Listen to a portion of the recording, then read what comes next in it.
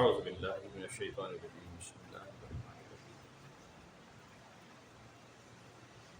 آج جناب پانچواں رکوع ہے جی سورہ الانفال، ایسی بات ہے، اور 19واں رکوع ہم پڑھیں گے 9ویں سپارے سے پھر 10ویں سپارے تک جائیں گے۔ اعوذ باللہ من الشیطان الرجیم بسم اللہ الرحمن الرحیم۔ قل للذین کفروا ان ينتهوا یغفر لهم ما قد سلف وان يعودوا فقد مدت سنت الاولین۔ اے نبی صلی اللہ علیہ وسلم، یہ لائٹ ہے،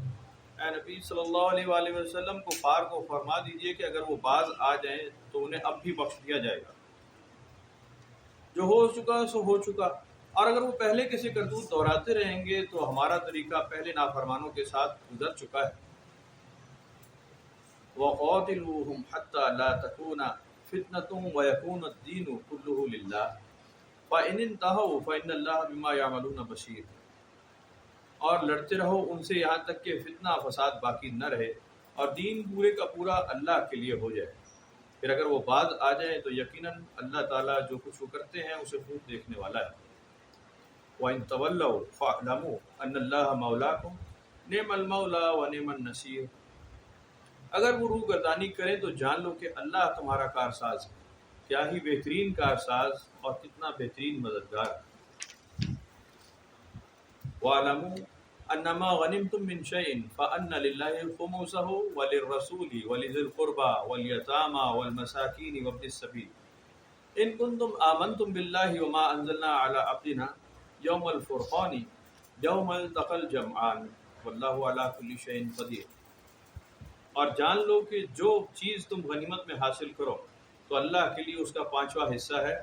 اور رسول اللہ کے لیے، اور رشتہ داروں، یتیموں، مسکینوں اور مسافروں کے لیے ہے، اگر تم ایمان رکھتے ہو اللہ پر اور اس پر جسے ہم نے نازل فرمایا اپنے محبوب بندے صلی اللہ علیہ وسلم پر، فیصلے کے دن جس روز آمنے سامنے ہوئے تھے دونوں لشکر، اور اللہ ہر چیز پر قادر ہے۔ اذ انتم بالعدوۃ الدنیا وهم بالعدوۃ القصویٰ والركب اسفل منكم ولو تواعدتم لاختلفتم في الميعاد ولكن ليقضي الله امرا كان مفعولا ليهلك من هلك عن بينة ويحيى من حي عن بينة وان الله لسميع عليم۔ جب تم وادی کے نزدیک والے کنارے پر تھے اور وہ لشکر کفار کا دور والے کنارے پر تھا اور تجارتی قافلہ نیچے کی طرف تھا تم سے، اور اگر تم لڑائی کے لیے وقت مقرر کرتے تو پیچھے رہ جاتے وقت مقرر سے، لیکن یہ جنگ اس لیے تھی تاکہ اللہ وہ کام کر دکھائے جو ہو کر رہنا تھا۔ یہ لکھا من ہلاک عن بینہ، تاکہ ہلاک ہو وہ جسے ہلاک ہونا ہے دلیل سے، اور زندہ رہے جسے زندہ رہنا ہے دلیل سے، بے شک اللہ خوب سننے والا جاننے والا ہے۔ یعنی یہ اصولی بات ہے، یہ غزوہ بدر کا معاملہ ہے سارا، کہ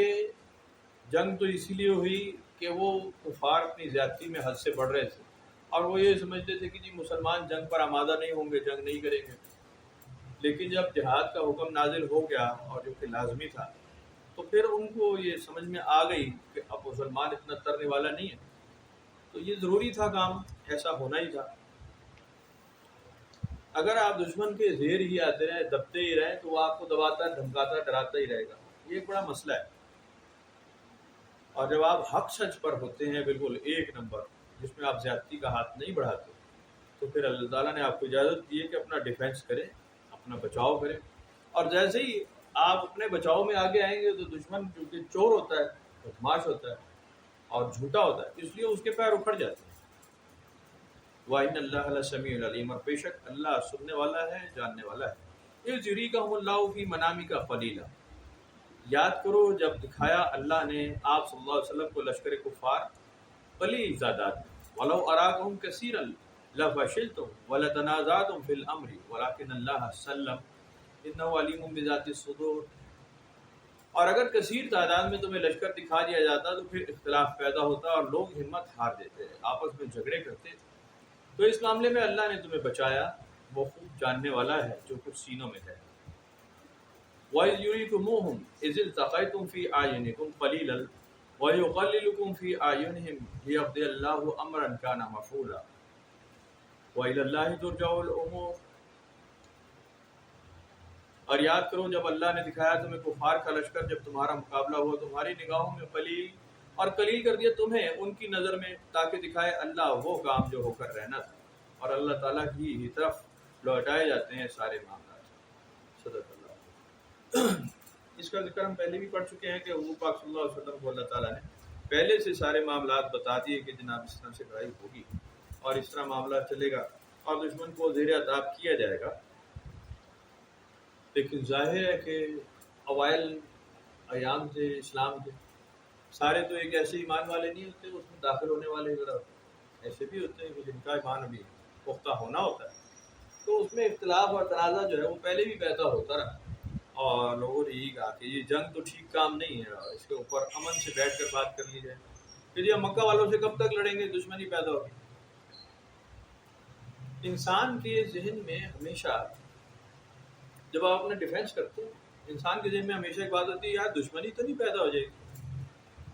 آپ کو دشمن تنگ تو کر رہا ہوتا ہے، ظاہر ہے دوسرے لوگ زیادتی پر آمادہ ہوتے ہیں اور آپ کو بے وجہ پھر ایک کے بعد ایک حملہ ہوتا رہتا ہے، تنگ کرنا شروع کر دیتا ہے۔ پھر آپ کے ذہن میں اگر آپ کو کوئی کہے کہ جی اپنا دفاع کریں، ڈیفینس کریں، آپ بھی آگے بڑھیں، آپ نہیں بڑھیں گے تو وہ آپ کو دبایا جاتا ہے، تو آپ کے ذہن میں لامحالہ خیال آتا ہے کہ جناب پھر تو اس سے اختلاف اور دشمنی بڑھ جائے گی، تو کیا ہم اسے افورڈ کر سکتے ہیں؟ یہ ایک بڑی اصولی سی بات ہوتی ہے۔ ان فیکٹ ایسا ہوتا نہیں ہے، دشمنیاں نہیں بڑھتی، وہ جو جھوٹ پر ہوتا ہے، وہ جو زیادتی پر آمادہ ہوتا ہے، جب اس کو آپ ریٹیلیشن دیتے ہیں، انگیج کرتے ہیں اسے ٹھیک طرح، وہ چونکہ چور ہوتا ہے جھوٹا، وہ بھاگ جاتا ہے الٹے پہ۔ یہ اللہ کا طریقہ ہے۔ غالب اللہ تعالیٰ کی طاقت نے آنا ہے، غالب اصل نے آنا ہے، غالب سچ نے آنا ہے، جھوٹ نے غالب نہیں آنا۔ لیکن آپ کو اللہ تعالیٰ نے حکم قرآن شریف میں یہی دیا ہوتا ہے کہ اگر دشمن سے فائٹ ہو جائے، لڑائی ہو جائے، جہاد کا موقع آ جائے، پیچھے نہیں ہٹنا، پھر فتح میں دینے والا ہوں، پھر دشمن کے دلوں میں تمہارا روب خوف میں ڈالنے والا ہوں، پھر تم ہی غالب آؤ۔ تعداد کیسی بھی ہو، کتنی بھی ہو، اس سے تو میٹر نہیں کرتا معاملہ، کیونکہ اللہ تعالیٰ نے قرآن شریف میں پہلی صورت پڑھا ہے آپ کہ قتل کرنے والا تو میں خود ہوں، دشمن کو جان تو میں ان کی نکال دیتا ہوں، تو وہ دشمن اسی طرح الٹے پیر بھاگتا ہے۔ لیکن اگر آپ ڈیفینسو موڈ پہ آ جائیں، پیچھے ہٹ جائیں اور جناب علی کمپرومائز کی طرف جائیں، تو دشمن سمجھتا ہے کہ یہ ڈر گئے اور بھاگ گئے، اور اگر آپ نے حق سچ پہ اسٹینڈ نہیں لیا تو پھر آپ مورد الزام ہو جاتے ہیں، پھر آپ پہ وہ اپلائی ہو جائے گا کہ جناب آپ نے حق سچ کا ساتھ نہیں دیا، دشمن پھر آگے بڑھتا جائے گا، بدماشی چور چکاری بڑھتی جائے گی۔ میں بچوں کو نا ابھی پچھلے ہفتے ایک کہانی لکھوا رہا تھا اسکول کے اندر، 5 cows and a lion، پرانی کہانی کہ 5 گائے تھی اور ایک شیر تھا۔ جیسے ہی شیر ان پہ حملہ کرتا تھا تو گائے مل کر اس کا